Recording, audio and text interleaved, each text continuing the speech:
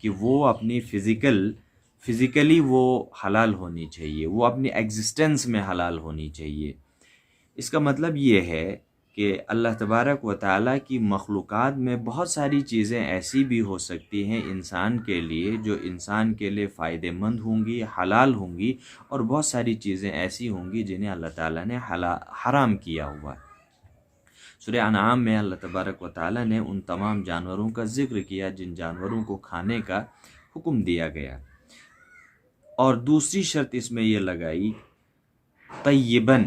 کہ وہ صرف حلال چیز نہیں ہونی چاہیے، یعنی وہ اپنی اصل میں، وہ اپنی فی ذاتی ہی یا فی نفسی ہی وہ چیز، اس کا حلال ہونا کافی نہیں ہے، بلکہ اس کا طیب ہونا بھی ضروری ہے۔ جس طریقے سے حلال ہونا ضروری ہے، اسی طریقے سے اس چیز کا طیب ہونا بھی ضروری ہے، اس کا پاک ہونا بھی ضروری ہے۔ تو دونوں چیزوں میں فرق ہے۔ حلال آپ کے سامنے اس کی وضاحت کی گئی کہ جس کو کھانے کی پرمیشن اللہ تعالیٰ کی طرف سے دی گئی ہے۔ مثال کے طور پر ہم ترکاریاں کھاتے ہیں، سبزیاں کھاتے ہیں، دالیں کھاتے ہیں، چاول کھاتے ہیں، اسی طریقے سے کچھ جانور اللہ تعالیٰ نے بنائے ہیں، ان کو کھانے کی اجازت ہے، جس میں بھیڑ، بکریاں، مرغے، مرغیاں وغیرہ۔ اسی طریقے سے شکار جن پرندوں کا کیا جاتا ہے ان کا، مچھلیاں وغیرہ، بہت ساری چیزیں ہیں جن کو اللہ تعالیٰ نے حلال کیا ہے، یعنی وہ اپنے حکم میں، اپنی اصل میں اس چیز کا حلال ہونا ضروری ہے۔ اللہ تعالیٰ کی طرف سے اس کے کھائے جانے کی اجازت ہمیں ہونی چاہیے، بنیادی طور پر یہ۔ پھر دوسری چیز اس میں کیا دیکھی جائے گی، سیکنڈری جو اس چیز میں دیکھی جائے گی، جو چیز ہم تک حلال چیز ہم تک پہنچی ہے،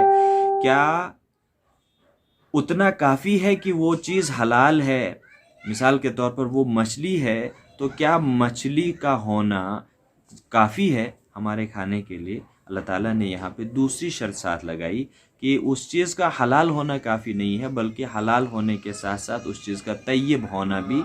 ضروری ہے۔ طیب ہونا، پاک ہونے کا مطلب یہ ہے کہ وہ ایک جائز طریقے سے کمایا ہوا ہونا چاہیے۔ وہ چیز جسے آپ استعمال کر رہے ہیں وہ آپ کے اختیار میں، آپ کے ہاتھوں میں ایک جائز طریقے سے آئی ہوئی ہونی چاہیے۔ ایسا نہیں ہے کہ کسی کا حق دبایا ہوا ہو، ایسا نہیں ہے کہ آپ نے کسی کی چیز چوری کر کے لائی ہوئی ہو،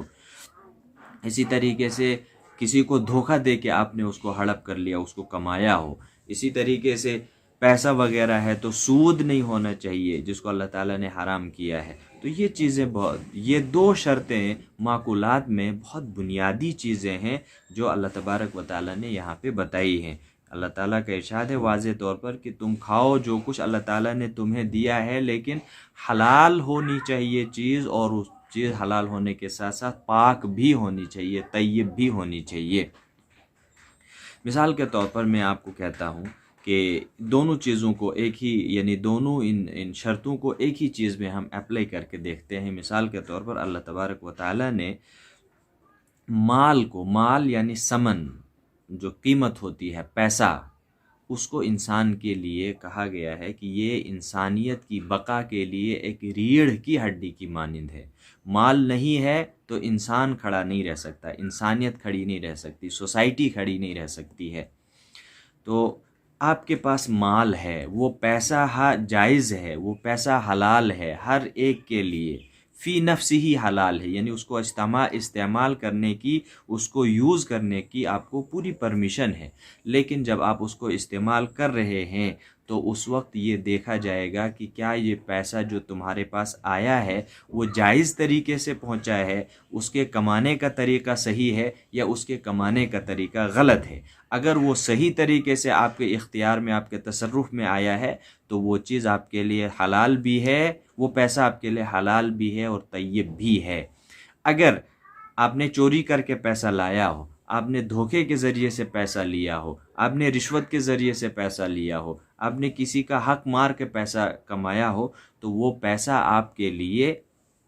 طیب نہیں ہوگا۔ تو جب وہ طیب نہیں ہوگا تو پھر اس کی حلت بھی باقی نہیں رہتی۔ ہاں فی نفسی ہی دیکھا جائے گا تو وہ پیسہ حلال ہے، لیکن آپ کے استعمال کرنے کے لیے وہ جائز نہیں ہے، وہ طیب نہیں ہے، وہ آپ استعمال نہیں کر سکتے ہیں۔ جس طریقے سے ہم دیکھتے ہیں کہ سود کے پیسے کے بارے میں فقہا کا یہ قول بہت مشہور ہے کہ سود کا پیسہ کھانا تو حرام ہے، لیکن اسے دوسرے کو دینا جائز ہے، وہ دوسرے کے لیے حلال ہو سکتا ہے۔ کیوں ایسا کہا گیا ہے؟ اس لیے کہ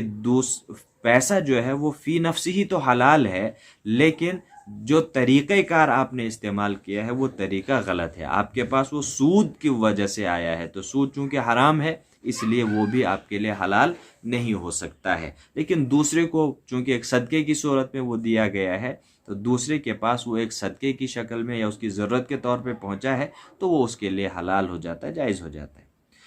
اب اسی حکم کے بعد اللہ تعالیٰ فرما رہے ہیں وَاشْكُرُوا نِعْمَةَ اللَّهِ إِن كُنتُمْ إِيَّاهُ تَعْبُدُونَ، کہ تم لوگ اللہ کی نعمت کا شکر ادا کرو۔ اللہ کی نعمت، اللہ تعالیٰ جو تم نعمتیں اللہ تعالیٰ دے رہا ہے، جو نعمت اللہ تعالیٰ نے رزق کی صورت میں آپ کو دی ہے، اس کے عوض میں تم شکر ادا کرو۔ شکر کیا ہے یہ سمجھنا بہت ضروری ہے۔ شکر دراصل انسانی دل کے اس جذبے اور اس کیفیت کا نام ہے جب وہ کیفیت اس وقت پیدا ہوتی ہے جب انسان کسی ضرورت میں، انتہائی درجے کی ضرورت میں ہوتا ہے اور کوئی شخص اس کی اس بے انتہا ضرورت کو پورا کرتا ہے، اس وقت اس انسان کے دل میں اس مدد کرنے والے کے لیے جو ادب اور جو رسپیکٹ اور جو احسان کا ایک جذبہ اس کے لیے پیدا ہوتا ہے، وہ دراصل شکر ہوتا ہے۔ اللہ تعالیٰ نے انسان کو حکم دیا ہے وَاشْكُرُوا نِعْمَةَ اللَّهِ، کہ تم اللہ تعالیٰ کی نعمت کا شکر ادا کرو۔ یعنی یہ پچھلی آیت میں بتایا گیا کہ تمہیں جو رزق دیا جا رہا ہے، یعنی رزق انسان کی زندگی کے، اس کے سروائیول کے لیے بہت بیسک نیڈ ہے۔ اگر رزق نہیں ہوگا انسان کا لائف سروائیول وہ مشکل ہو جاتا ہے، انسان اپنی زندگی کو سروائیو نہیں کر سکتا ہے۔ تو یہ جو بنیادی، جو بیسک نیڈ تھی، جو بنیادی ضرورت انسان کی پوری ہو رہی ہے جس رزق کے ذریعے سے، اس رزق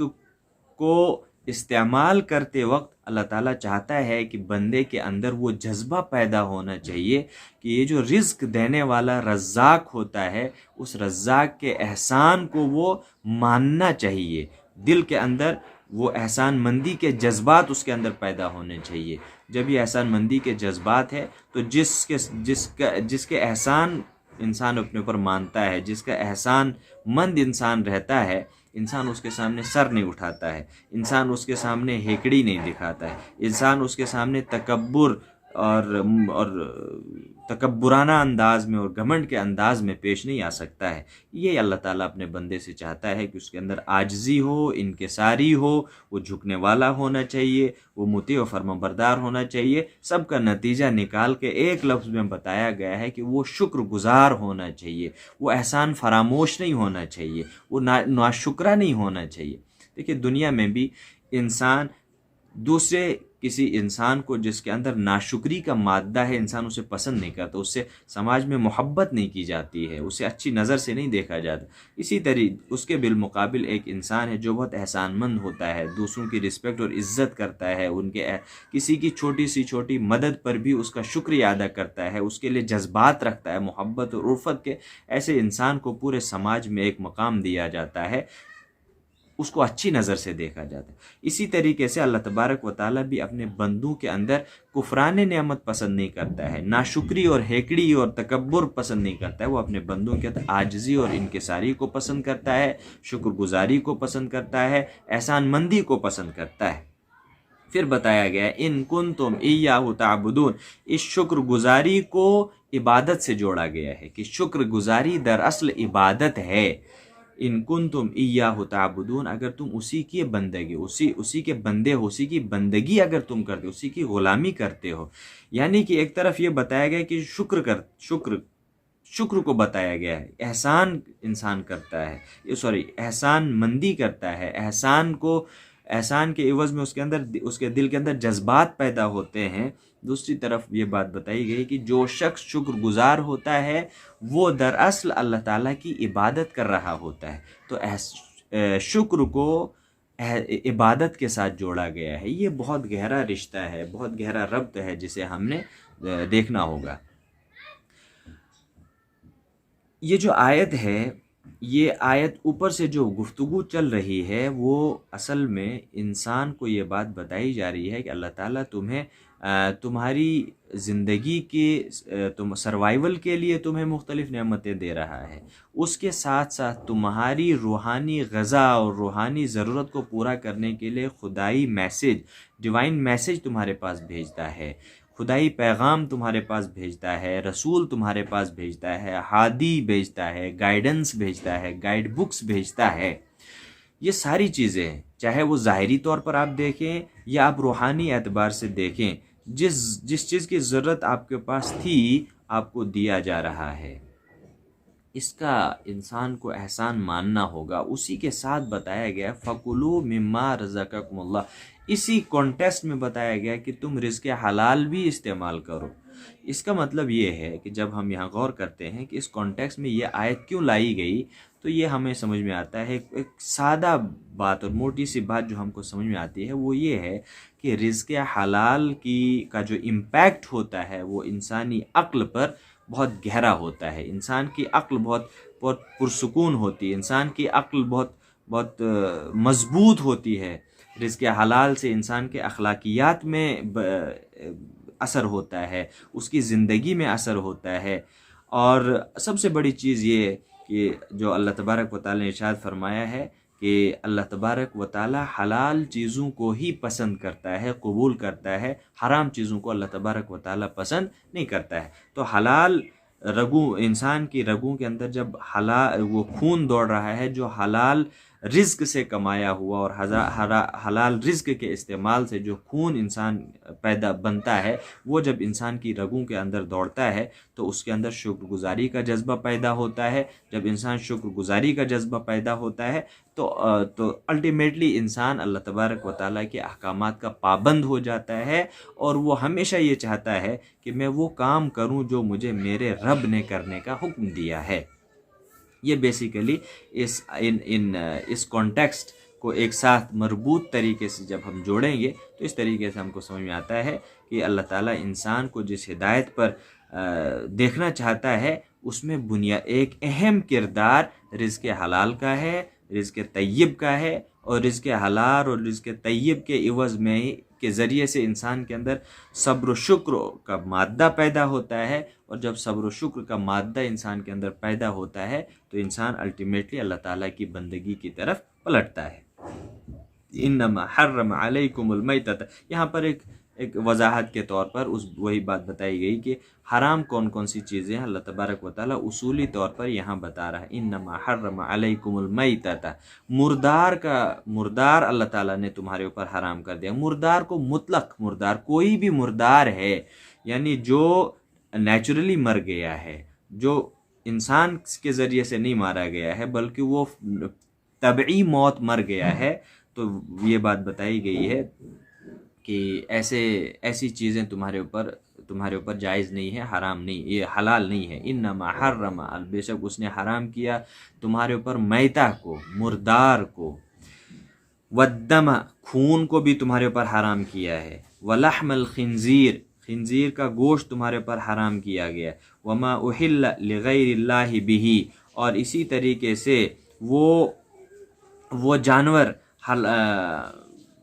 جانور حرام کیے گئے جن کو ذبح کیا گیا غیر اللہ کے نام پر۔ تو یہ 4 بنیادی چیزیں ہیں جن کو یہاں پہ حرام قرار دیا گیا ہے۔ ایک تو میتہ ہے، مردار ہے، خون ہے، لحم الخنزیر ہے، اور غیر اللہ کے نام پر کیا گیا، ذبح کیا گیا کوئی بھی جانور، یا جس کے پیچھے بہت خاص حکمت ہے کہ میتہ کو کیوں اللہ تبارک و تعالیٰ نے انسان کے لیے حرام کیا۔ وہ اس لیے حرام کیا ہے کہ مردار کا گوشت کھانا یا مردار چیز کا استعمال کرنا یہ انسان کے اس کے منصب کے اعتبار سے بالکل بھی جائز نہیں ہے، بالکل اسے شعبہ نہیں دیتا ہے کہ ایک مری ہوئی چیز ہے جسے ہر انسان ٹھوکر مارتا ہے اسی کو انسان کھا لے، یہ تو انسان کی فطرت اس کی گواہی نہیں دیتی، یہ غیر فطری عمل ہے جس کی بنیاد پر اس کو حرام قرار دیا گیا ہے۔ اور پھر دوسری چیز یہ ایک بڑی حکمت اس کے پیچھے یہ بھی ہے کہ جب انسان مردار جانوروں کا گوشت استعمال کرنا شروع کرے گا تو انسان کے اندر جو خلق خدا کے ساتھ ایک اچھا جذبہ جو انسان کا ہونا چاہیے، محبت و الفت کا جذبہ اور ہونا چاہیے، وہ جذبہ ختم ہو جائے گا، تو انسان کے اندر ایک حیوانیت پیدا ہو جائے گی، انسان انکلچرڈ ہو جائے گا۔ اسی طریقے سے خون، اور بھی بہت سی حکمتیں اس کے پیچھے ہیں، اور خون کو حرام قرار دیا گیا، اس کے پیچھے جو مفسرین کہتے ہیں کہ خون کو انسان کے لیے حرام اس لیے قرار دیا گیا ہے کہ خون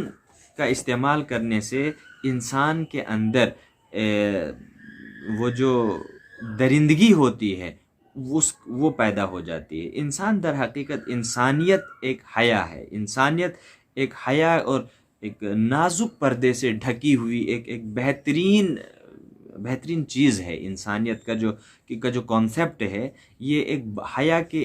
ایک نازک پردے سے ڈھکی ہوئی چیز ہے، وہ پردہ جیسے ہی ختم ہو جاتا ہے تو انسان اپنی انسانیت کے تمام تر حدود سے باہر نکل جاتا ہے۔ اسی طریقے سے یہاں پر بھی ہے کہ خون کا احترام کرنا بہت ضروری ہے۔ اگر انسان ایک بار دو بار خون کا استعمال کرنا شروع کر دے گا پھر اس کے اندر حیوانیت اور درندگی آ جاتی ہے، وہ اپنی انسانیت کے منصب سے گر جاتا ہے۔ اسی طریقے سے لحم الخنزیر خنزیر کے گوشت کو، اس کے پیچھے بھی جو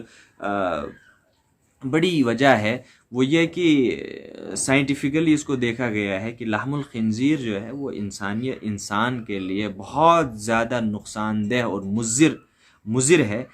جو انسان کو بہت زیادہ نقصان پہنچاتا ہے۔ اور دوسری چیز یہ بھی انسان کے اندر ایک حیوانیت پیدا کرنے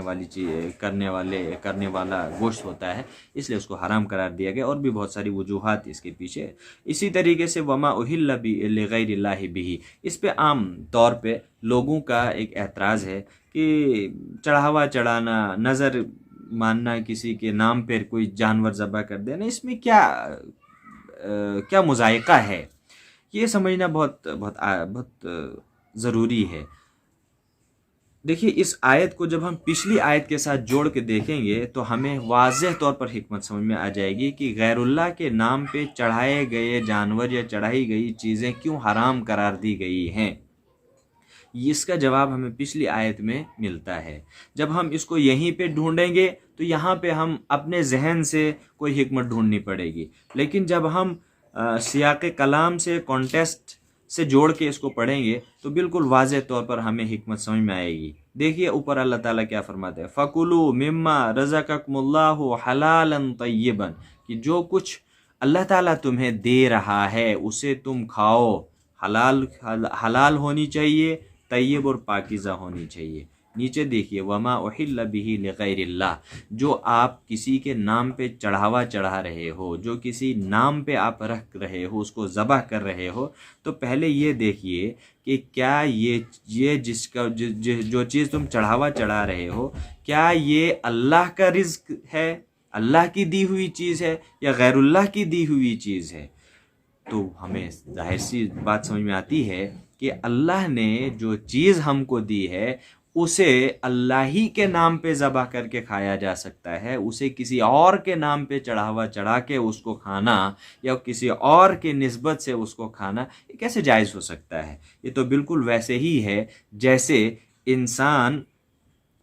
کسی چیز جو اس کی ملکیت ہے، اس کی ملکیت یا کسی دوسرے کی ملکیت پر انسان اپنا دعویٰ پیش کرتا ہے۔ جس طریقے سے یہ جائز نہیں ہو سکتا ہے کہ کسی اور کی چیز پر میں اپنا دعویٰ پیش نہیں کر سکتا، وہ چیز یعنی وہ قبضہ ہو جاتا ہے، وہ حرام ہو جاتی ہے، اسی طریقے سے یہ بھی ہے۔ رزق اللہ کی طرف سے دیا ہوا ہے، نعمت اللہ کی ہے، تو اسے اللہ کی نعمت سمجھ کر استعمال کرنا اور اس کے عوض میں اس کی شکر گزاری کرنا یہ تو انسان پہ لازم ہے۔ لیکن ہم کیا کر رہے ہیں، ہم یہاں پہ ایک اللہ تعالیٰ کی دی ہوئی ایک نعمت کو اللہ تعالیٰ کی نسبت کے ساتھ جوڑنے کے علاوہ ہم کسی اور کی طرف نسبت کر کے ہم اس کو استعمال کر رہے ہیں، تو یہ کیسے جائز ہو سکتا ہے؟ فمن اضطر غیر باغ ولا عاد لیکن اللہ تعالیٰ نے ایک استثنائی حکم بھی دیا ہے کہ وہ شخص جو بغیر کسی بغاوت کے، بغیر کسی عداوت کے مجبور کیا جائے، یعنی ایک شخص مجبوری کی حالت میں ہو لیکن اس کے دل کے اندر اللہ کے نظام کے ساتھ بغاوت نہیں ہے، اس کے ساتھ اللہ تعالیٰ اور اللہ اور اس کے رسول کے ساتھ کوئی عداوت و دشمنی کا اظہار اس کے دل میں نہیں ہونا چاہیے، کوئی جذبہ دل میں نہیں ہونا چاہیے۔ اگر اس حالت میں کوئی مجبور ہے ان چیزوں کو استعمال کرنے پہ، تو اللہ تعالیٰ دوسری جگہ پہ سورہ بقرہ میں فرماتے ہیں فلا اثم علیہ، تو ایسی صورت میں کوئی گناہ اس پہ نہیں ہوگا، اس لیے کہ اس کا دل ان چیزوں کی حرمت پر راضی ہے۔ فإن اللہ غفور الرحیم، تو اللہ تعالیٰ غفور بھی ہے، رحیم بھی ہے، گناہ اس غلطی کو یا اس گناہ کو معاف کرنے والا بھی ہے، اور ساتھ ہی ساتھ اپنی رحمتوں کی نوازش کرنے والا بھی ہے۔ وَلَا تَقُولُوا لِمَا تَصِفُ أَلْسِنَتُكُمُ الْكَذِبَ هَذَا حَلَالٌ وَهَذَا حَرَامٌ، یہاں پر انسان کو روکا گیا ہے، اپنے جذبات اور اپنی اختراع اور اپنی ذہنی سوچ پر انسان کبھی کبھی کسی چیز کو بغیر کسی وجہ کے، بغیر کسی لاجیکل، بغیر کسی ریشنل ریزن کے اس کو حلال و حرام قرار دینے کی کوشش کرتا ہے، یعنی چیزوں کو حلال اور حرام قرار دیتا ہے کہ فلاں چیز حلال ہے، فلاں چیز حرام ہے۔ اللہ تعالیٰ نے یہاں پہ سرے سے بہت سختی کے ساتھ انکار کیا ہے، یہ انسان تم ان چیزوں کو حلال اور حرام مت کرو، مت کہو کہ فلاں چیز حرام ہے، فلاں ہادہ حلال و ہادہ حرام، کی یہ چیز حلال ہے یہ حرام ہے، یہ تم بالکل نہیں کہہ سکتے ہو۔ لما تصف السنتکم الکذب، جو جھوٹ تمہاری زبانوں نے گڑھ لیا ہے، یعنی تم اپنی زبانوں کے گڑھے ہوئے جھوٹ کے پاداش میں، اس جھوٹ کی بنیاد پر یہ نہیں کہہ سکتے کہ یہ چیز حلال ہے یہ چیز حرام ہے۔ ہم دیکھتے ہیں سورہ تحریم کے اندر اللہ تعالیٰ پہلی جو آیت ہے، اللہ تعالیٰ نے فرمایا ہے یا ایھا النبی لما تحرم ما احل اللہ لک، نبی کو یہ اختیار نہیں دیا گیا کہ وہ کسی چیز کو حلال اور کسی چیز کو حرام ٹھہرا سکے، یہ اختیار صرف اور صرف اللہ کے پاس ہے، کسی رسول کے پاس بھی یہ اختیار نہیں ہے، پھر عام انسان کے پاس یہ اختیار کیسے ہو سکتا ہے؟ تو گویا کہ حلت و حرمت کا جو اختیار دینا ہے یہ اللہ تعالیٰ کے پاس ہے، کون سی چیز حلال ہے کون سی چیز حرام ہے اس کا فیصلہ کرنے کا اختیار اللہ کے پاس ہے۔ آپ کو اصولی طور پر وہ باتیں بتا دی گئیں جن چیزوں کو حلال آپ کے لیے کیا گیا اور جن چیزوں کو آپ کے لیے حرام کیا گیا۔ اب آپ کا کام یہ ہے کہ اس حکم کو من و عن مانیں اور اس پر شکر گزاری کریں، اس پہ صبر کریں اور اللہ تعالیٰ کی عبادت و بندگی کریں، اس کے حکم کی تابع داری کریں۔ یہ بھی بتایا گیا ھذا حلال وھذا حرام لتفتروا علی اللہ الکذب، کی صرف تم اپنی زبانوں سے جھوٹ گڑھ رہے ہو اللہ تعالیٰ کی، یعنی تم یہ کہہ رہے ہو کہ یہ چیز اللہ نے حرام کی ہے، یہ چیز اللہ نے حرام کی ہے، یہ تمہارے جھوٹ ہیں، تمہارے من گڑت کہانیاں ہیں، یہ اللہ تعالیٰ کی طرف سے کوئی حکم نہیں آیا ہے۔ ایسے لوگوں کے بارے میں اللہ تبارک و تعالیٰ فرماتے ان الذین یفترون علی اللہ الکذب لا یفلحون، کہ وہ لوگ جو اللہ تعالیٰ پر جھوٹ گھڑتے ہیں، جو اللہ تعالیٰ کی طرف جھوٹ باتوں کو منسوب کرتے ہیں، ایسے لوگ کبھی بھی کامیاب نہیں ہوتے ہیں، یعنی نہ دنیاوی اعتبار سے وہ کامیاب ہوں گے اور نہ ہی آخرت میں وہ کامیاب ہوں گے، نہ اپنی جسمانی اعتبار سے انہیں فائدہ حاصل ہوگا، نہ اپنے روحانی اعتبار سے ان کو فائدہ حاصل ہوگا۔ یہ ساری چیزیں جو ہیں وہ اسی عقل حلال کے ساتھ جڑی ہوئی ہیں۔ پھر اللہ تبارک و تعالیٰ نے اس میں بھی ایک تاریخی حوالہ دیا ہے، یہ دراصل اسی تاریخی پس منظر میں یہ باتیں بتائی جا رہی ہیں، اوپر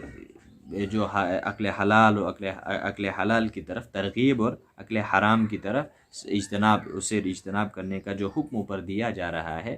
یہ دراصل کیوں دیا جا رہا ہے؟ اس لیے کہ بنی اسرائیل کے اندر یہودیوں نے بہت ساری چیزوں کو اپنے اوپر حرام قرار دیا تھا، ان چیزوں کو جنہیں موسیٰ علیہ السلام نے ان کے لیے حرام قرار نہیں دیا تھا۔ اور پھر ایک اور تفریق انہوں نے کی تھی کہ ان میں سے کچھ لوگوں نے مردوں کے لیے کچھ جانوروں کو حلال کیا تھا اور عورتوں کے لیے کچھ جانوروں کو حرام قرار دیا تھا۔ تو یہ جو غیر عقلی اور irrational جو دلیلیں اور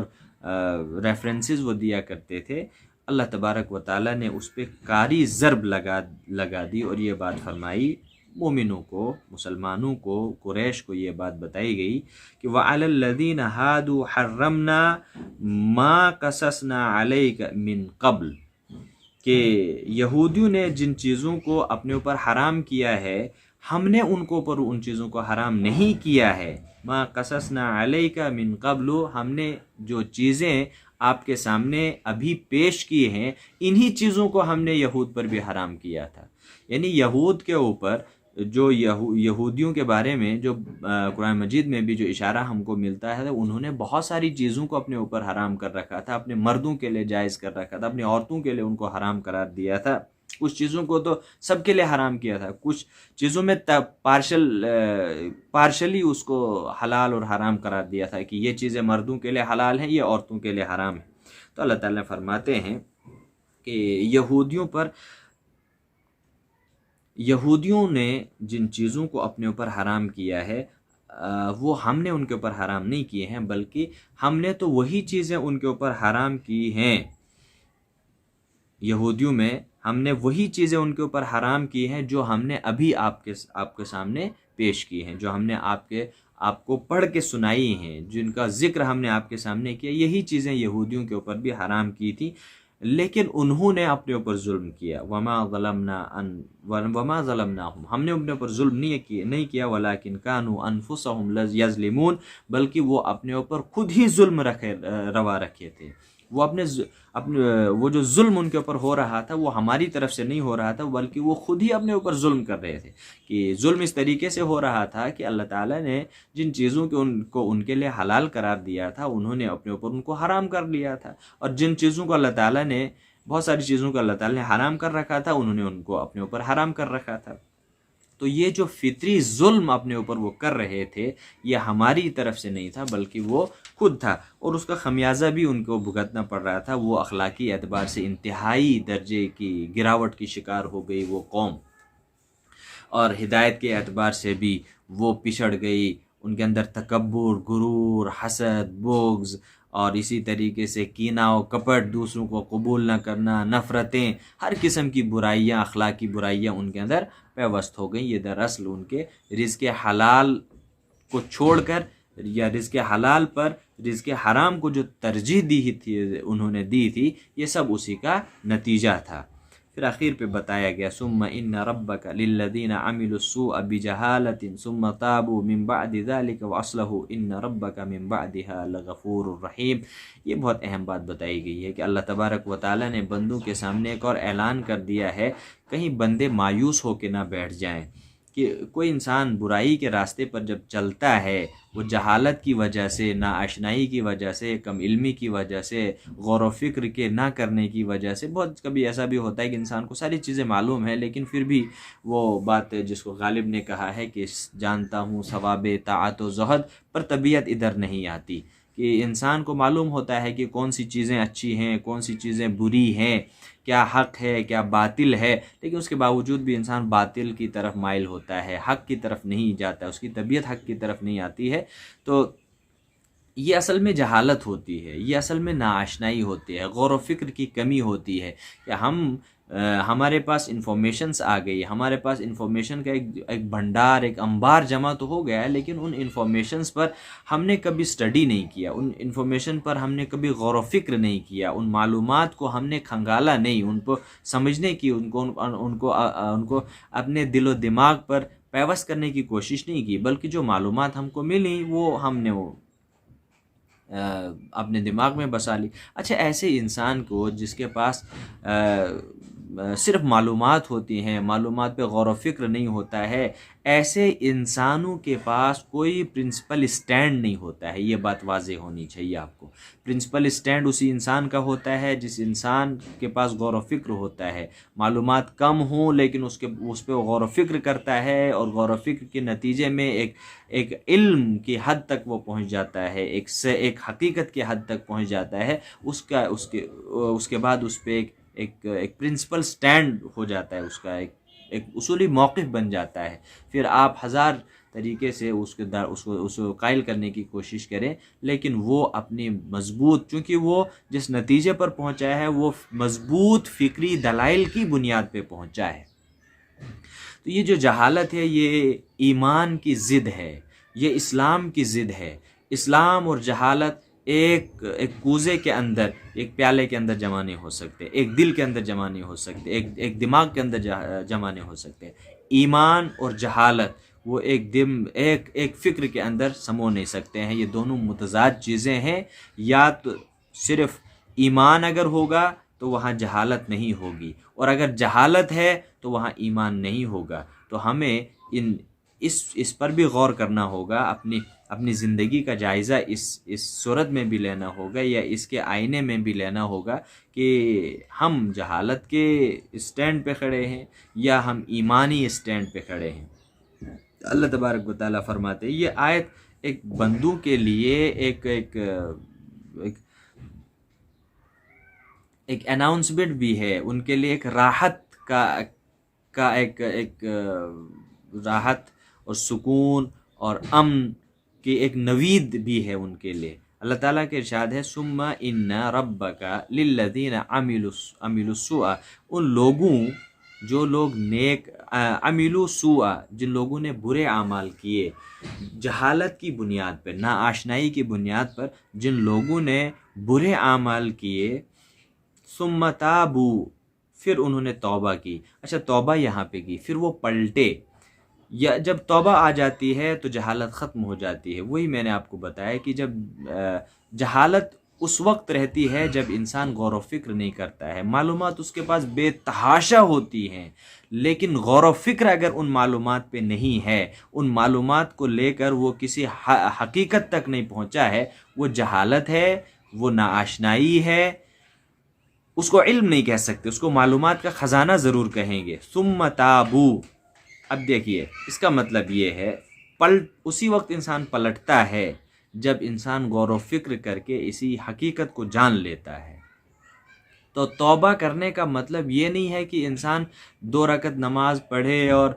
خوب اللہ تعالیٰ کے سامنے روئے گڑ گڑائے، یہ اصل میں توبہ نہیں ہے۔ توبہ تو دل کے حالت کے پلٹنے کا نام ہے۔ ابھی تک آپ کے اندر آپ جہالت کی بنیاد پہ تکبر کے شکار تھے، غرور و گھمنڈ کے شکار تھے، حسد و بغض اور عداوت کے شکار تھے، لیکن دل کی کیفیت بدل گئی، نفرت محبت میں بدل گئی، تکبر و غرور عاجزی اور انکساری میں بدل گئی، عمل قبیح عمل صالح میں بدل گئی، عمل سوء عمل صالح میں بدل گیا۔ یہ دل کی کیفیت، ابھی غرور اور گھمنڈ دل کے اندر تھا، اب عاجزی اور انکساری کا تصور دماغ کے اندر ہو گیا، جھکنے کا تصور پیدا ہو گیا۔ یہ توبہ ہے اصل میں۔ من بعد ذالک، یہ برے اعمال انجام دینے کے بعد اگر کسی نے غور و فکر کیا اور وہ جہالت کے اس تاریکی سے نکل کے آ گیا، اس سے وہ پلٹ گیا، اور اس کے ساتھ وہ اس نے اصلاح کا کام کیا، ذاتی اصلاح بھی کی، سماجی اصلاح بھی کی، تو فرمایا جا رہا ہے ان ربک من بعدها، کہ ان برائیوں کو کرنے کے باوجود بھی اللہ تبارک و تعالی اس کے ساتھ غفران اور مغفرت کا معاملہ کرے گا۔ ان ربک من بعدها لغفور، کہ ان تمام برائیوں کے باوجود بھی اللہ تبارک و تعالی اس کے لیے غفور ہوگا، رحیم ہوگا، اس کے گناہوں کو بخش دے گا، اس کے حال پر، اس کی ذات پر اللہ تبارک و تعالی اپنی رحمت کی نظر کرے گا۔ جس شخص کو اللہ تبارک و تعالی خود انعام کے طور پر، خود اعلان کے طور پر یہ بات کہہ رہا ہے کہ ایسے انسان کی میں مغفرت کروں گا، ایسے انسان کے لیے میری رحمتوں کے دروازے کھل جاتے ہیں، تو پھر اس سے بڑا انعام اور کیا ہو سکتا ہے۔ تو ان آیات میں جو باتیں ہمیں سمجھ میں آتی ہیں وہ یہ کہ ابتدائی آیات میں ایک اصولی طور پر یہ بات بتا دی گئی کہ قیامت جس وقت قائم ہوگی وہاں پر کوئی وکیل آپ کا نہیں ہوگا، آپ کے اعمال ہوں گے، جن اعمال کی بنیاد پر آپ اپنا مقدمہ خود لڑیں گے۔ پھر اللہ تبارک و تعالیٰ نے دنیا کے ذریعے سے تاریخی اعتبار سے ایک مثال دی کہ جو لوگ دنیا میں اللہ تبارک و تعالیٰ کے احکامات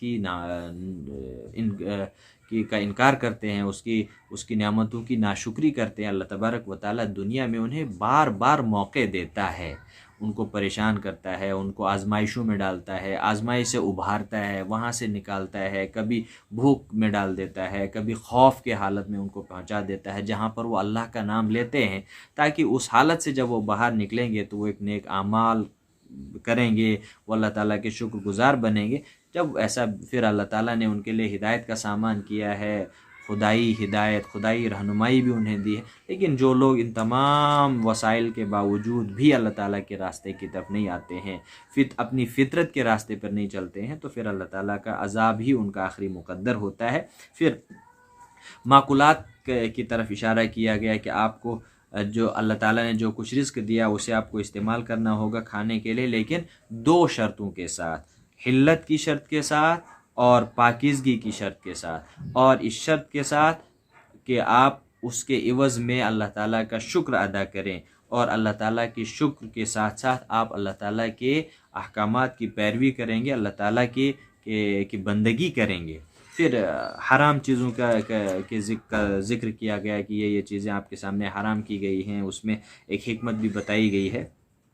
اور پھر ایک اصول یہ بھی بتایا گیا کہ اگر کوئی شخص ان چیزوں حرام کسی چیز کا ارتکاب بھی کرے گا لیکن بغاوت اور عداوت کی نیت نہیں ہونی چاہیے، دل ایمان پر مطمئن ہونا چاہیے، تو اللہ تعالیٰ اس کی مغفرت بھی کرے گا۔ پھر اگلی آیات میں اسی چیز کو اور مزید بتایا گیا کہ انسان کو یہ اختیار حاصل نہیں ہے کہ وہ کسی چیز کو حلال ٹھہرا سکے یا حرام ٹھہرا سکے،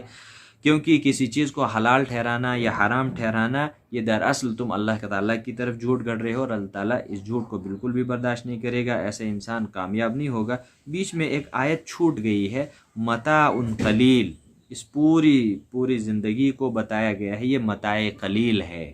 تم حرام کھاؤ یا حلال کھاؤ، جو کچھ کرو گے یہ متاع قلیل ہے، بہت چھوٹے زمانے، چھوٹے سے وقت کے لیے ایک زیب و زینت کا اور زندگی گزارنے کا ایک مال و متاع ہے۔ فَلَهُمْ وَلَهُمْ عَذَابٌ علیم، جو لوگ حرام چیزوں کو استعمال کریں گے تو ان کے لیے عذاب علیم ہوگا، دردناک عذاب ہوگا۔ اور اسی طریقے سے یہودیوں نے کے بارے میں ایک حوالہ دیا گیا کہ انہوں نے جو اپنے اوپر چیزیں حرام کی تھیں وہ دراصل انہوں نے خود ہی کی تھی، اللہ کی طرف سے ان کو حرام نہیں کیا گیا تھا، اللہ تعالیٰ نے تو ان کے اوپر بھی وہی چیزیں حرام کی ہیں جن کا ذکر اللہ تعالیٰ یہاں پہ فرما رہے ہیں، اور وہ ہر امت پر اللہ تعالیٰ نے وہی چیزیں حرام کی ہیں۔ پھر اخیر پہ بندوں کو تسلی بھی دی جا رہی ہے، یعنی یہ ساری چیزوں کے بیان کرنے کے بعد ایک تسلی کے طور پر ان کو یہ بات بتائی جا رہی ہے کہ مایوس نہیں ہونا ہے، اللہ تعالیٰ کے یہاں توبہ کا دروازہ ہمیشہ کھلا رہتا ہے۔ ایک شاعر کا ایک شعر مجھے یاد آتا ہے کہ وہ انسانوں کے بارے میں کہتا ہے کہ سبھی دروازے ہوں گے بند تو یہ فیصلہ ہوگا، چلو توبہ کریں توبہ کا دروازہ کھلا ہوگا۔ توبہ کے دروازے انسانیت کے لیے ہمیشہ کھلے ہیں اس وقت تک جب تک انسان کے جسم میں جان باقی ہے، جیسے ہی انسان کے جسم سے جان نکل گئی توبہ کا دروازہ بند ہو جاتا ہے۔ اور توبہ کیا ہے وہ میں نے آپ کو بتایا، وہ اصل میں دل کی کیفیت کے پلٹنے کا نام ہے۔ وہ صرف دعائیں اللہ میں توبہ کرتا ہوں استغفر اللہ کہنا یہ توبہ کرنے کے لیے کافی نہیں ہے، بلکہ دل کی حالت کا بدلنا اور پھر ایک مصلح بننا، ذاتی اعتبار سے بھی سماجی اعتبار سے بھی، یہ اصل میں توبہ ہے۔ ایسا نہیں ہے کہ ہم ایک طرف توبہ کر رہے ہیں دوسری طرف سے 2-4-5 دن کے بعد وہی کام پھر برائیوں میں شریک ہو جائیں، یا دن میں رشوتیں لیں برائیاں کریں اور شام میں توبہ کریں، پھر دوسرے دن رشوتیں لیں شام میں توبہ کریں، یہ توبہ نہیں ہے۔ توبہ دراصل انسان کے پلٹنے کا نام ہے، دل کی کیفیت کے بدلنے کا نام ہے۔ جب تک دل کی کیفیت نہیں بدلتی، دل کی کایا جب تک نہیں پلٹے گی، تب تک اس کو یہ نہیں مانا جائے گا کہ یہ توبہ ہے۔ اور پھر اللہ تعالیٰ فرماتے ہیں کہ ایسے لوگ اگر کتنے بھی بڑے گنہگار رہے ہوں، لیکن جیسے ہی ان کے دل کی دنیا بدل گئی، ان کے دل کی کایا پلٹ گئی، وہ میری طرف پلٹے، تو میں ان کے تمام گناہوں کو معاف بھی کروں گا اور ان کو اپنی رحمتوں سے بھی نوازوں گا۔ تو یہ باتیں تھیں جو آج کی ان آیات میں باقی رہ گئی تھیں۔ اللہ تعالیٰ سے دعا ہے کہ اللہ تبارک و تعالیٰ ہمیں ان آیات پر، ان الفاظ پر غور و فکر کرنے کی توفیق عطا فرمائے، اور قرآن مجید کے اعتبار سے اپنی زندگی کو سنوارنے اور سدھارنے کی توفیق عطا فرمائے۔ اس ماہ مقدس میں قرآن کے ساتھ اپنا تعلق مضبوط سے مضبوط تر کرنے کی اللہ تبارک و تعالیٰ ہمیں توفیق عطا فرمائے۔ وآخر دعوانا ان الحمد للہ رب العالمین۔